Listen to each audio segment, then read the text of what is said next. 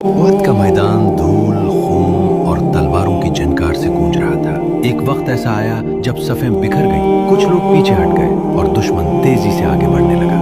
उस नाजुक लम्हे में रसूलुल्लाह सल्लल्लाहु अलैहि वसल्लम खतरे में थे। इसी मैदान में एक औरत भी मौजूद थी, नसीबा बिन्त काब रज़ियल्लाहु अन्हा, जिन्हें उम्मी अम्मारा कहा जाता था। वो इब्तिदा में जख्मियों को पानी पिला रही थी, मगर जैसे ही उन्होंने देखा कि दुश्मन नबी करीम सल्लल्लाहु अलैहि वसल्लम की तरफ बढ़ रहा है, उन्होंने एक लम्हा भी ज़ाया न किया। उन्होंने पानी का मुश्कीज़ा ज़मीन पर रख दिया, तलवार उठाई, ढाल संभाली और सीधी रसूलुल्लाह सल्लल्लाहु अलैहि वसल्लम के सामने खड़ी हो गई। अब वो सिर्फ एक औरत नहीं थी, वो एक दीवार बन चुकी थी। दुश्मन के वार आते और वो अपने जिस्म पर सह लेते, तीर चलते और वो खुद को आगे कर देती। तलवारें चलती रहीं और वो डटी रही। उनके जिस्म पर जख्मों की बारिश हो रही थी, मगर कदम पीछे न हटे। रसूलुल्लाह सल्लल्लाहु अलैहि वसल्लम दाएं देखते, बाएं देखते और हर तरफ उम्मी अम्मारा ही नजर आती, जो जान की परवाह किए बगैर लड़ रही थी। उनके जिस्म से खून बह रहा था, जख्म गहरे होते जा रहे थे,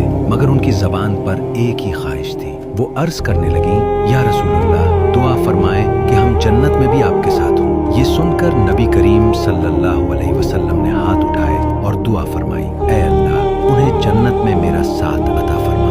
ये दुआ सुनकर जैसे उनके जख्मों का दर्द भी हल्का हो गया। वो फिर खड़ी हो गई, फिर लड़ी, फिर अपने नबी का दिफा करती रही। जंग खत्म हुई, मगर उनके जिस्म पर जख्मों के निशानात बाकी रहे। एक दो नहीं, कई गहरे जख्म जो उनकी बहादुरी की गवाही देते थे। मगर ये कहानी यहीं खत्म नहीं होती। बाद में भी वो मैदान जंग में निकली, यमामा की जंग में शरीक हुई, जहां उनका एक हाथ कट गया, मगर ईमान न कमजोर हुआ न हौसला टूटा।